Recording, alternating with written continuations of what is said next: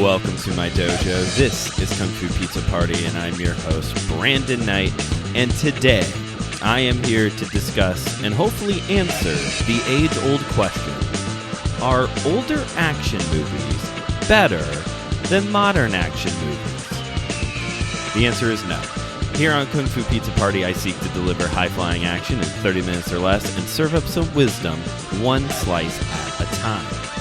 And if you're listening for the first time, usually I do that by reviewing martial art media, particularly Kung Fu, Ninja, and Samurai films, although I branch out every once in a while and do more than just movies every once in a while. Today we're going more topical, and there is a reason why I am talking about this specific topic right now, and it's because of the algorithm. Every once in a while, on the Kung Fu Pizza Party Instagram, which you can follow the show at, Kung Fu Pizza Party, over there on my For You, every once in a while, I get reels from an account called Martial Mindset, okay? Martial Mindset. And they're, at least for the ones I have seen, they're often very reflective in nature. The creator for the channel, he'll usually start the reel by saying, "Is it just me, but? Is it just me, or?" And then proceeds to say something that typically in the ones that I have watched amount to, "Is it just me, or wasn't the past so much better than the present?" That's a lot of times what he has to say. And there have been moments as I've been watching these from him that I'm like, you know what? You make a good point here or there. And obviously, this is a one I have seen recently from this martial mindset guy. I will talk more about what he has to say about older action films versus modern action films here in a moment. But at its core, this is a question: is the past better than the present? This is a question that comes up in a lot of different ways, in a lot of different areas that people sometimes have very strong opinions on. So, you know, it's coming up here with film. It comes up here with the martial arts. Maybe instead of old, you can think of it as tradition. It comes up within church ministry. It comes up all over the place. Is the past, the way that we used to do things, better than the present, how we do things? And you will find people strongly opinionated on both sides. There will be people who will say, absolutely, we have to hold on to traditions. Tradition is there for a reason, and we need to honor and uphold those traditions. The old ways are better than the new ways. And then there will be people who hold very strongly, no, the modern approach is the right way to do things. We have become more enlightened. We understand better how we are to do things. We are making things contextual to people's current needs.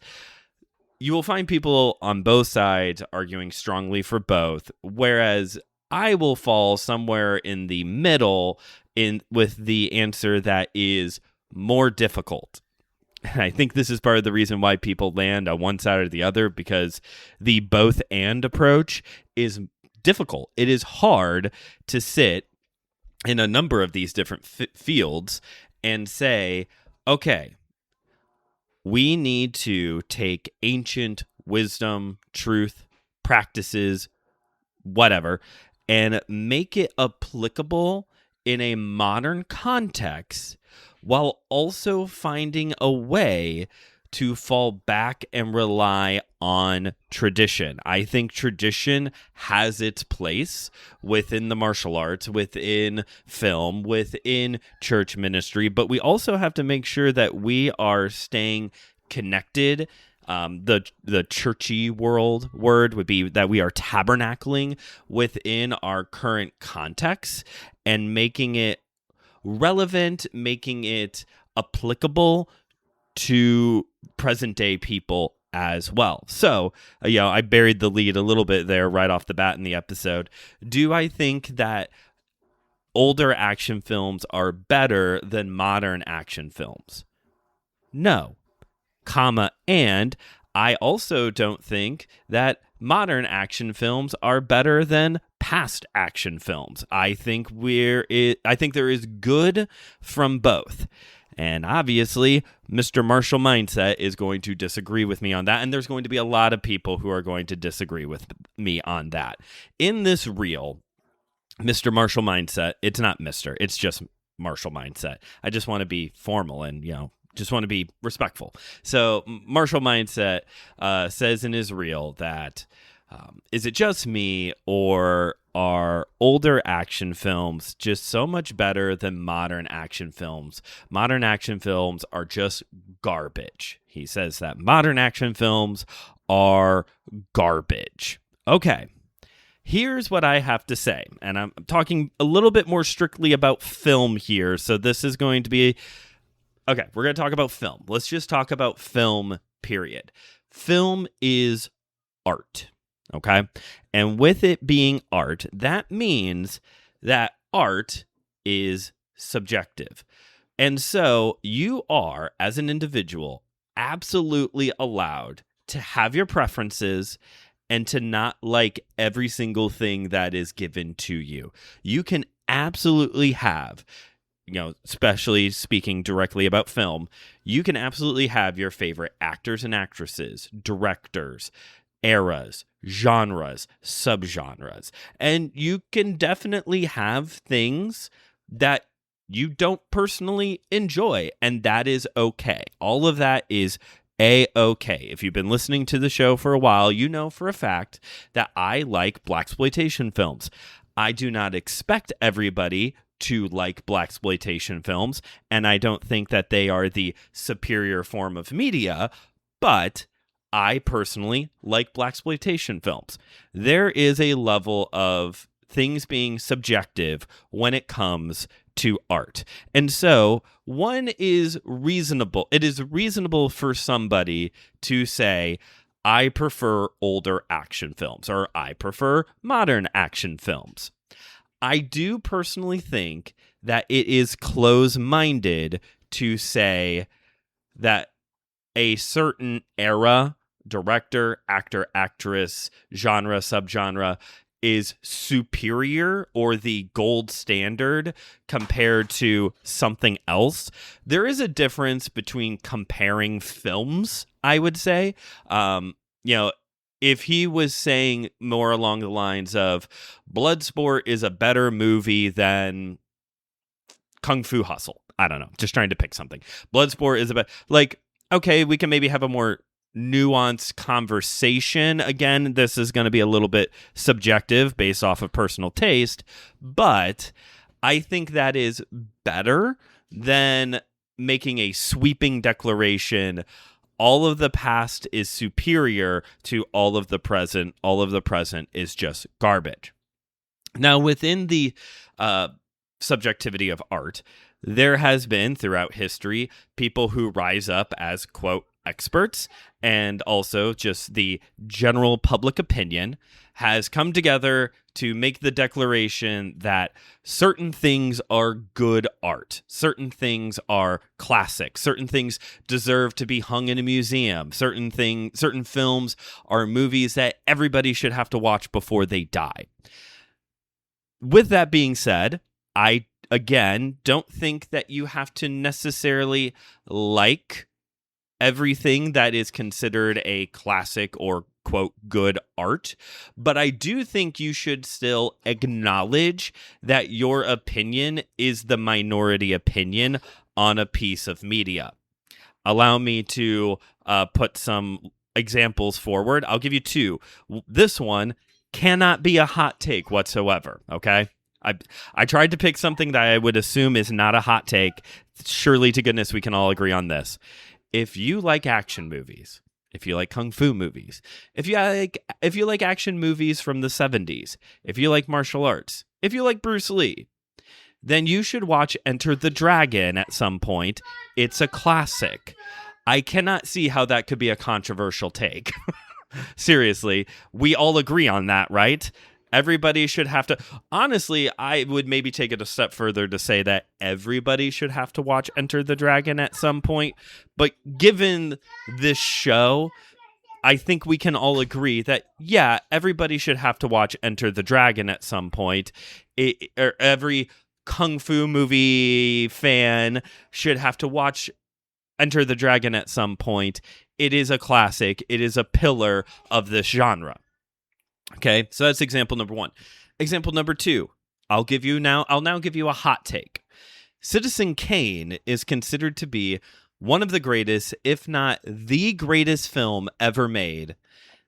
And I just think it's okay. I think it's just not for me. I like Orson Welles. I'll watch F is for Fake any day. But it just wasn't for me. I will admit that opinion is in the minority, and I don't think that makes me an better or more enlightened or anything over the general public and actual film experts. But Citizen Kane, given the option to watch Citizen Kane or something else, chances are I'm going to take the something else, especially if it is F is for Fake. I do prefer that Orson Welles movie. So that is just kind of giving you a little bit of an example of you can have your personal preferences, and that is okay. It is okay to have your preferences. I think it is closed-minded to make a sweeping declaration that your preferences are better than every other preference in existence. And that I do think you should have to acknowledge when your opinion may be more in the minority versus the general agreed upon vision or agreed upon decision upon a piece of media. So the past is not better than the present because this is all just opinion. There will plus not only is this opinion, it's also kind of factually inaccurate as well. To make a sweeping declaration that the past, a very specific time period, by the way, I'll get to that in a moment, but that the past is better than modern action films and modern action films are just garbage, that is also just, I think, factually incorrect. There's garbage in every era. there is garbage.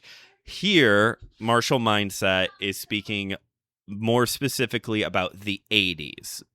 And I know that for a fact because I saw the reel.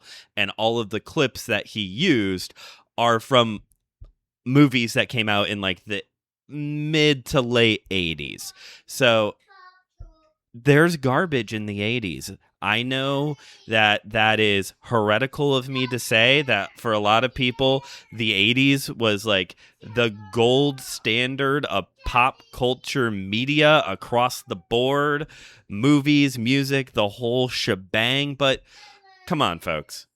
I may have like a weird like for the movie Phantom Raiders. It's garbage. That is a garbage 80s action film. And to make the sweeping declaration that the present is nothing but garbage, I think is also factually incorrect.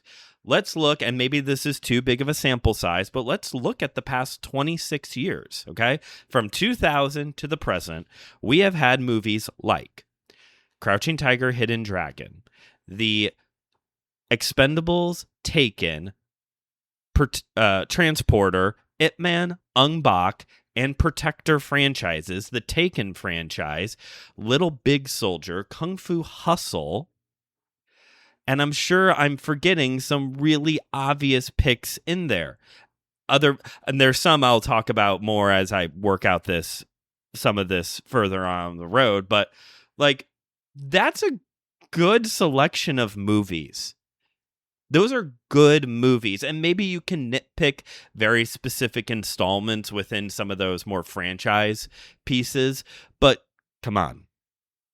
Expendables 1 and 2, especially if you're into 80s action films, those movies are for you, man. Like Taken, that first Taken movie especially, the entirety of the Ong Bak trilogy or the Ip Man franchise. Like, those are good action movies. Maybe that's too big of a sample size. Everything Everywhere All at Once. Like, maybe these are too big of a sample size. Maybe we can nitpick the genre a little bit.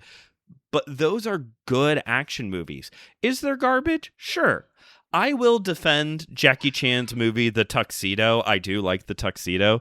But Jackie Chan did have quite a few duds there in the early 2000s. And then, of course, there is literally everything Steven Seagal has made since 1996. Like, for the exception of maybe his role in Machete, like, there's another one, Machete and Machete Kills. Great action movies.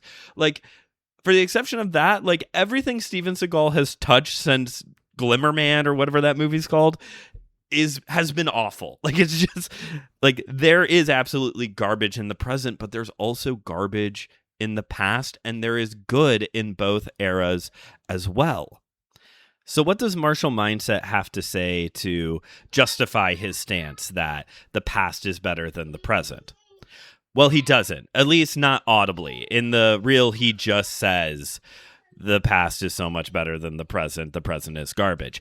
In the caption at the bottom, he does write a few things. First off, that past action movies or that, I guess I should say, current action films have a lack of creativity and originality. Okay, well, let's think about that for a second. First off, there's Everything Everywhere All at Once. That seems to be pretty creative.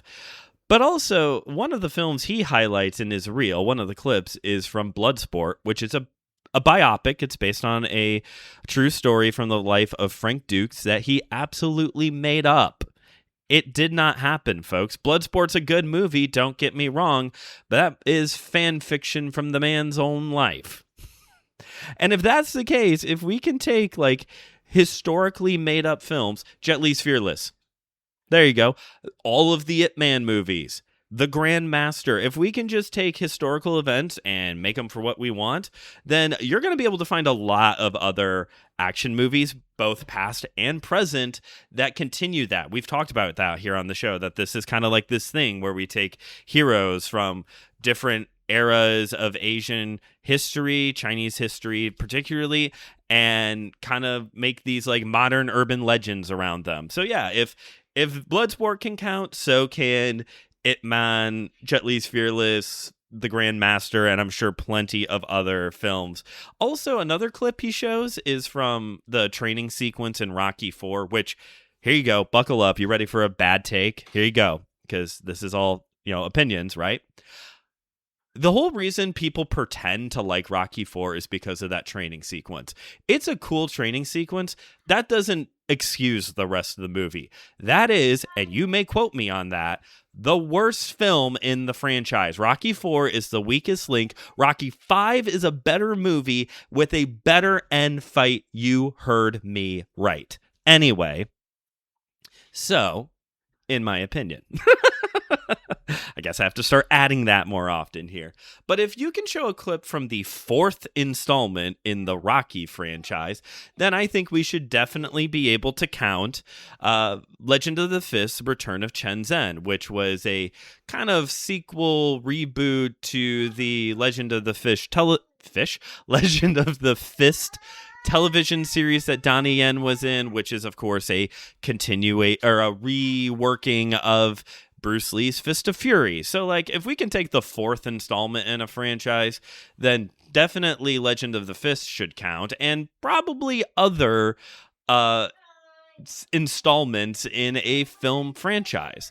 But then he said something else, and I got to start watching my time because I still have a lot to say, and I really don't want to get a challenge off the back end of this. But another point he makes as to why modern action films are garbage is because what is worse than the lack of creativity is apparently that modern action films are written to make us weak and uninspired. Interesting. Have you seen The Last Samurai? It's problematic at points, but have you seen The Last Samurai? Have you seen Cinderella Man? Did you watch The Protector, a movie about a guy whose elephant gets kidnapped and he brings down an entire ring of poachers to save his elephant. Or if elephants don't do it for you, how about Taken, a movie that's literally about a dad who flies across the ocean to go rescue his daughter who's being sex trafficked? Like, those movies don't inspire you at all? Really?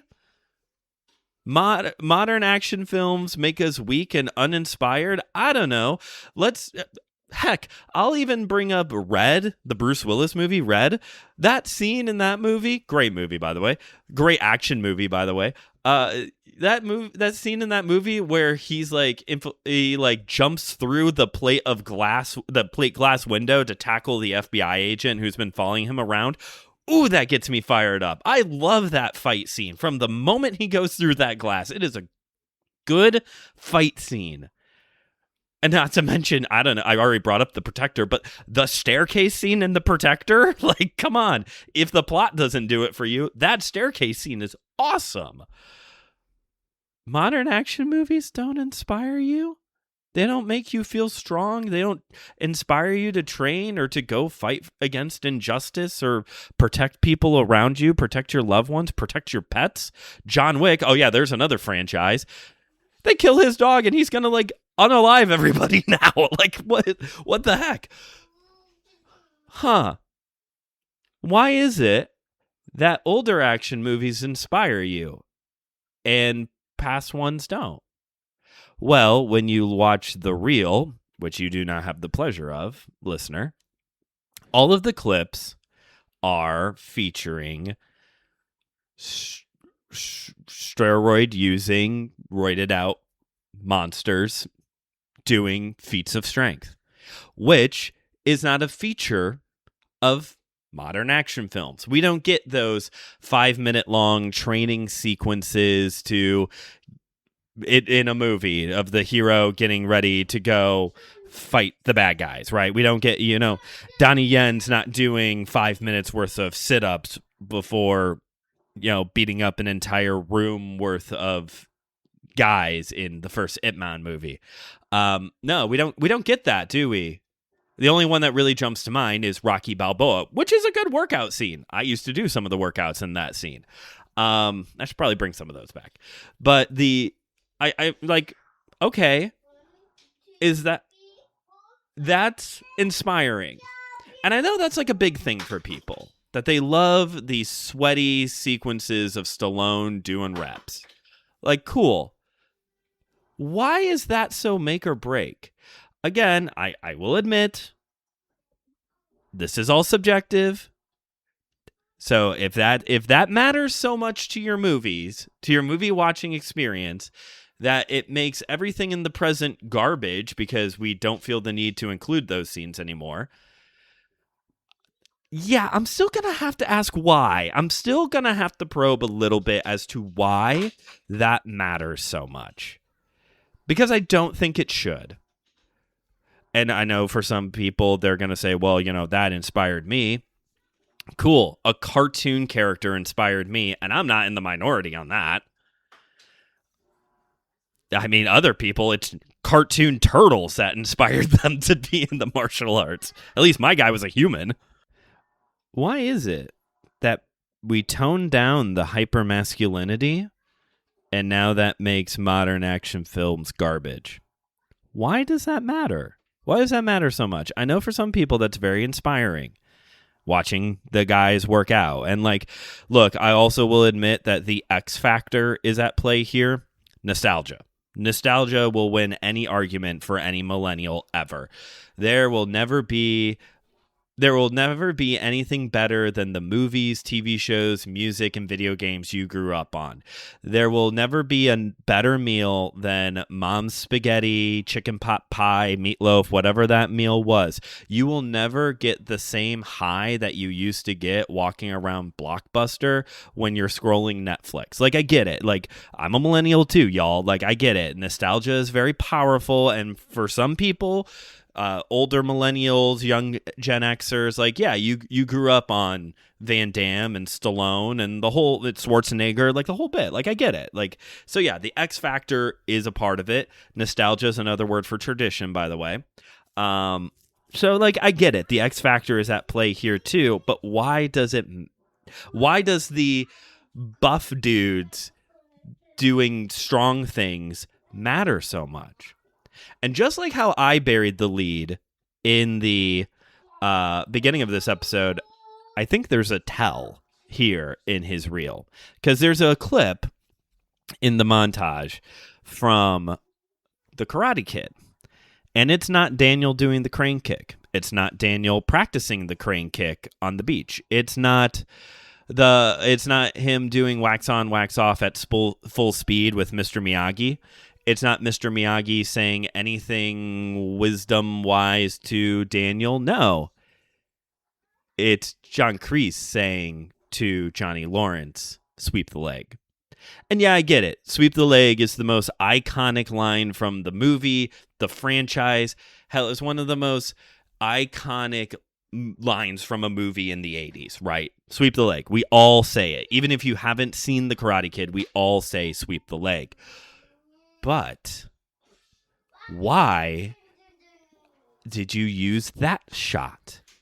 I already named off plenty of other things you could have used. Why did you use the bad guy telling his impressionable student to do a bad thing? Why? Look, I know we did not have the term toxic masculinity in the 80s, but you cannot convince me that the original Karate Kid trilogy, particularly 1 and Part 3, are a commentary on toxic masculinity in the martial arts. The point of the movie is that Daniel overcomes unbridled rage fueled impressionable teens through choosing the path of mercy. Mercy is stronger than unbridled rage. That's the point. Even when he turns to the dark side, you can say, in Part 3, it hurts him. And he goes back to the traditional path of Okinawan mercy style, defensive style karate. You missed the point, the 80s. You missed the point. Older or younger Gen X, older millennials, like, you missed the point of that movie. You missed the point. Yeah, we took the hypermasculinity out of the films because it didn't need to be there in the first place. Oh, Schwarzenegger and Stallone, those were, they inspired me to get into, fitness and whatnot. Yeah, was that good, though? Was that a positive thing for young men? Or is that like the toxic influencers on Instagram now for both boys and girls who are also still very impressionable? Also, I know that's kind of like a thing for 80s action movies. Yeah, the guys back then, they were ripped. They were real men. Also not factually true for all of them. Not accurate. Yeah, Stallone, Schwarzenegger, Van Damme, shredded, absolutely. But then you also had guys like Jackie Chan, Harrison Ford, Kurt Russell, Bruce Willis. Hell, brace yourself, I'll even give Steven Seagal a nod here. He too, he was more 90s than 80s, but he too wasn't a roided out monster. Like, come on. Not every... Sammo Hung was in the height of his career in the 80s, and he has always been a big man. Like, this idea that, like, oh yeah, the real action stars were the guys in the 80s it's because they were all on steroids and constantly doing reps and all of this. That's not true. Not all of them were, and they were all making bangers. Like, come on. You don't like modern action films because they took out the hypermasculinity? Get a better argument. I guess I have to fall back. I'm going to go a little bit over, aren't I? Dadgummit. Look, I get it. At the end of the day, I guess this still falls under the subjectivity. It's your opinion. You're allowed to like what you like. But when it comes to this... yeah, I'm going to have to probe a little bit more. Why does that matter so much? Why does it matter so much that there's not buff dudes doing buff guy things for 5 minutes? Why does that matter so much? Like, maybe it's nostalgia, maybe it's toxic masculinity, maybe it's something else. I don't know, but I don't think it is necessarily the best reason to say that the past was better than the present. Maybe we can find other ways. Maybe we can talk specifically about certain films. But especially if you're going to make the argument that past action films are more inspiring than modern action films, I'll say this.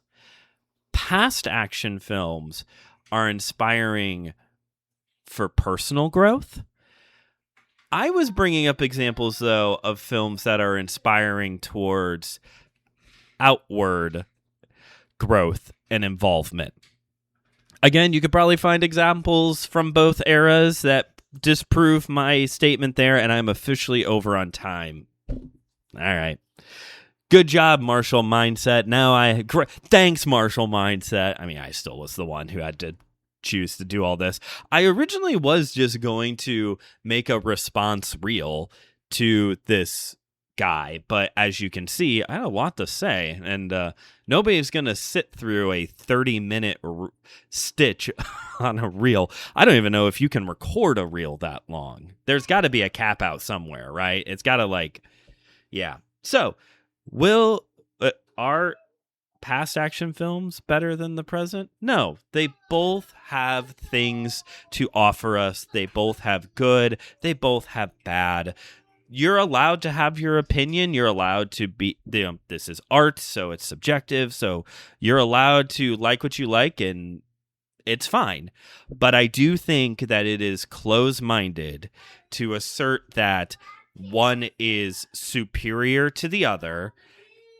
And furthermore, if you are the kind of person who will say that very specifically 80s action films are better than the present, and you're going to bring up Van Damme, Stallone, Schwarzenegger, hey, they made great movies. Don't get me wrong. I enjoy a lot of their movies. Don't get me wrong. Especially Van Damme.